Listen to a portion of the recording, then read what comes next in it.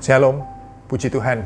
Kita bersyukur kepada Tuhan buat kesempatan yang masih diberikan pada kita untuk kita boleh bersekutu dalam firman-Nya. Mari kita berdoa kiranya Roh Kudus yang menolong, yang memampukan kita untuk kita boleh mengerti kebenaran firman Tuhan. Mari kita berdoa. Terima kasih Tuhan, kami bersyukur buat firman-Mu. Kami bersyukur buat kesempatan yang masih Kau berikan pada kami untuk kami boleh bersekutu di dalamnya. Kami berdoa dalam segala kelemahan kami, kiranya Engkau yang menolong, memampukan kami, Roh yang kudus yang memberikan hikmat pengertian kepada kami, untuk kami boleh mengerti kehendak-Mu lebih lagi. Segala puji syukur bagi nama-Mu Tuhan, dalam nama Tuhan Yesus kami berdoa. Amin. Puji Tuhan. Mari kita lanjutkan pembelajaran kita dalam kitab Filipi, dan sekarang kita sampai di Filipi pasal yang keempat. Kita mau baca ayat yang kedua dan yang ketiga. Filipi pasal 4 ayat 2 dan 3, demikian firman Tuhan. Euodia kunasehati dan Sintike kunasehati, supaya sehati sepikir dalam Tuhan. Bahkan, ku minta kepadamu juga Sungsugos, temanku yang setia, tolonglah mereka, karena mereka telah berjuang dengan aku dalam pekabaran Injil, bersama-sama dengan Clemens dan kawan-kawanku sekerja yang lain, yang nama-namanya tercantum dalam kitab kehidupan. Dalam pasal yang keempat, di ayat yang kedua dan ketiga, kita melihat Paulus menyebutkan nama-nama, sesuatu yang tidak disebutkan, yang tidak banyak disebutkan di ayat-ayat sebelumnya. Padahal inti yang disampaikan sama. Contohnya dalam pasal yang kedua, ayat yang kedua, kita menemukan nasihat yang serupa. Di pasal 4 ayat yang kedua, nasihatnya apa sih? Supaya sehati sepikir dalam Tuhan. Nah, di pasal yang kedua, ayat yang kedua, kita juga menemukan hal yang sama. Filipi pasal 2 ayat 2 berkata, karena itu sempurnakanlah sukacitaku dengan ini, hendaklah kamu sehati, sepikir, dalam satu kasih, satu jiwa, satu tujuan.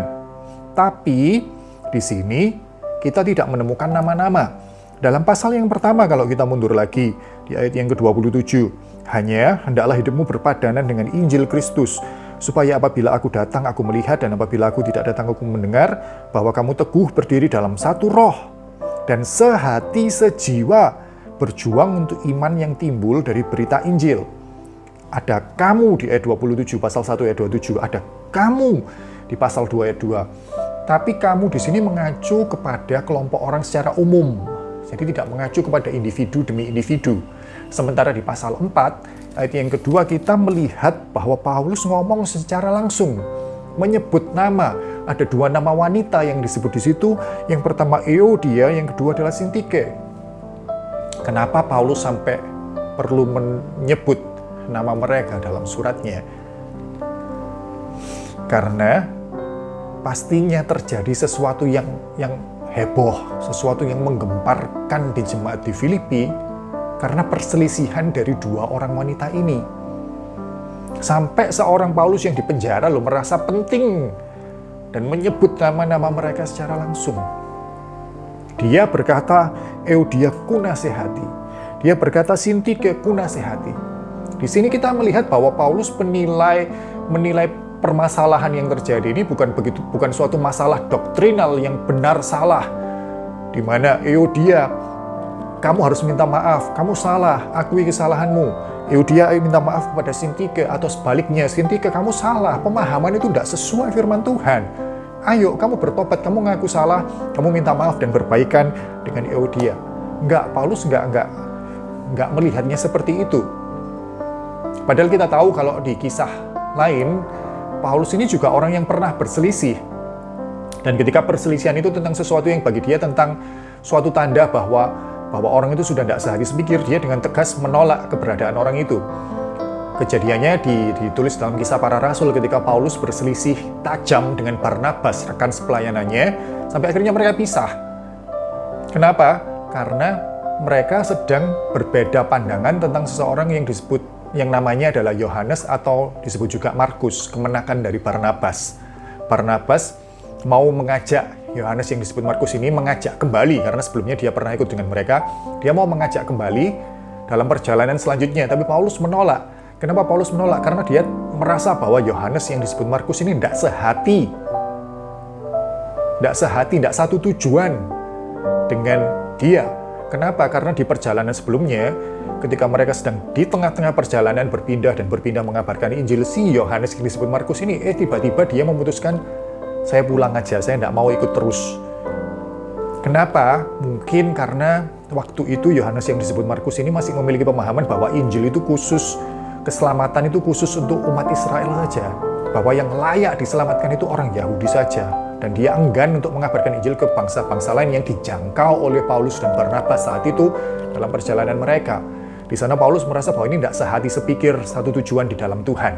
Maka ketika Barnabas hendak mengajak kembali Yohanes yang disebut Markus ini, Paulus menolak. Dan di sana mereka sampai berselisih.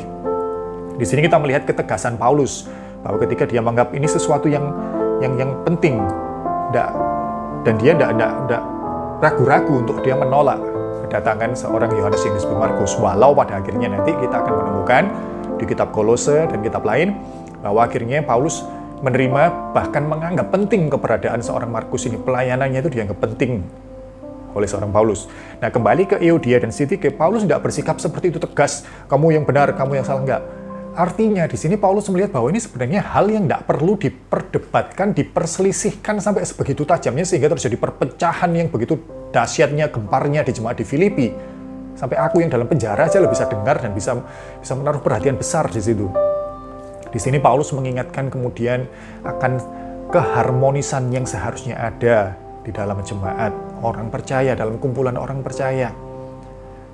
Ada kesehatian, ada satu pikiran.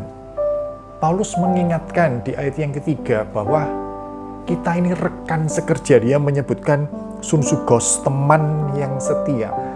Sunsugos sendiri itu punya arti rekan sekerja, rekan seperjuangan. Seperti dua lembu yang memikul kuk yang sama sehingga geraknya itu satu arah. Paulus berusaha mengingatkan kepada mereka, hiduplah dalam harmoni. Di ayat-ayat yang sebelumnya di pasal 3 atau pasal 4 ayat yang pertama, Paulus berbicara tentang kita ini warga negara sorga. Suatu saat kita ini sama-sama ke sorga. Paulus mengingatkan, ayo kita berdiri teguh di dalam Tuhan. Hai saudara-saudaraku, kita ini saudara-saudara. Jangan membiarkan ego kita, jangan membiarkan rasa ingin menang sendiri itu kemudian menghalangi keharmonisan itu bisa tercapai. Paulus mengingatkan bagi mereka dan bagi kita juga apa yang sudah disebutkan dalam ayat-ayat sebelumnya. Untuk kita di pasal yang kedua ayat 2 tadi, untuk kita sehati sepikir dalam satu kasih, satu jiwa, satu tujuan. Di ayat yang ketiga pasal yang kedua dikatakan dengan tidak mencari kepentingan sendiri atau puji-pujian yang sia-sia. Sebaliknya hendaklah dengan rendah hati yang seorang menganggap yang lain lebih utama daripada dirinya sendiri. Ayat yang keempat lanjut lagi, dan janganlah tiap-tiap orang hanya memperhatikan kepentingannya sendiri, tapi kepentingan orang lain juga. Paulus memiliki perhatian yang besar tentang kesatuan jemaat, keharmonisan yang seharusnya ada dalam jemaat Tuhan di Filipi saat itu, dan di kehidupan kita, dalam kelompok kita berkomunitas saat ini sebagai kumpulan orang percaya. Harapan yang sama juga ada. Hendaklah kita sehati, sepikir, satu jiwa, satu tujuan, tidak menganggap diri sendiri lebih penting, paling benar. Tapi Paulus mengingatkan bahwa kita ini rekan sekerja, rekan seperjuangan. Ngapain mau mempermasalahkan hal yang seharusnya tidak jadi masalah? Ayo kita sama-sama belajar untuk mempraktekkan apa yang sudah dinyatakan dalam firman Tuhan melalui Paulus, untuk kita mau berusaha menjaga keharmonisan dalam komunitas tempat kita berada sebagai orang percaya. Mungkin rasanya tidak enak untuk kita ngalah gitu ya, untuk kita memperhatikan kepentingan orang lain lebih dulu, pandangan orang lain di atas pandangan kita, itu mungkin tidak enak. Tapi kalau kita melihat bahwa kita ini satu rekan seperjuangan, kita ini satu tujuan, dan tujuan akhir kita ke sorga. Kita ini warga negara sorga. Terus ngapain kita memperdebatkan sampai sebegitu besarnya hal-hal yang seharusnya tidak terlalu penting gitu loh. Kiranya kita diberi kerendahan hati untuk kita boleh memiliki peran kita masing-masing dalam menjaga kesatuan, dalam berjuang. Dikatakan di ayat yang ketiga, mereka ini orang-orang yang berjuang bersama dalam pekabaran Injil. Coba bayangkan kalau kita berjuang bersama dalam peperangan gitu, kita berjuang dalam satu tim yang sama, dalam satu kubu yang sama, tapi gontok-gontokan di dalamnya. Begitu kita lihat nanti ada rekan seperjuangan kita yang butuh bantuan, kita malah kita jadi enggan gitu nanti, jadi untuk mau menolong jadi enggan. Padahal kalau kita nggak tolong dia, kita bisa kalah, semua kita bisa kalah dalam peperangan itu. Kiranya kita diingatkan untuk kita menjaga keharmonisan dalam kumpulan kita hidup sebagai orang percaya. Mari kita berdoa. Terima kasih Tuhan, kami bersyukur kepadamu buat kesempatan yang masih diberikan kepada kami untuk kami boleh bersekutu dalam firman-Mu.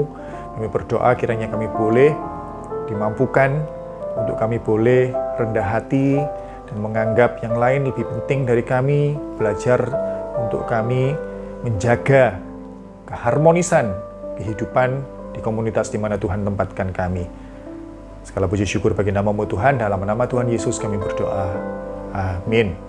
Puji Tuhan, Tuhan memberkati.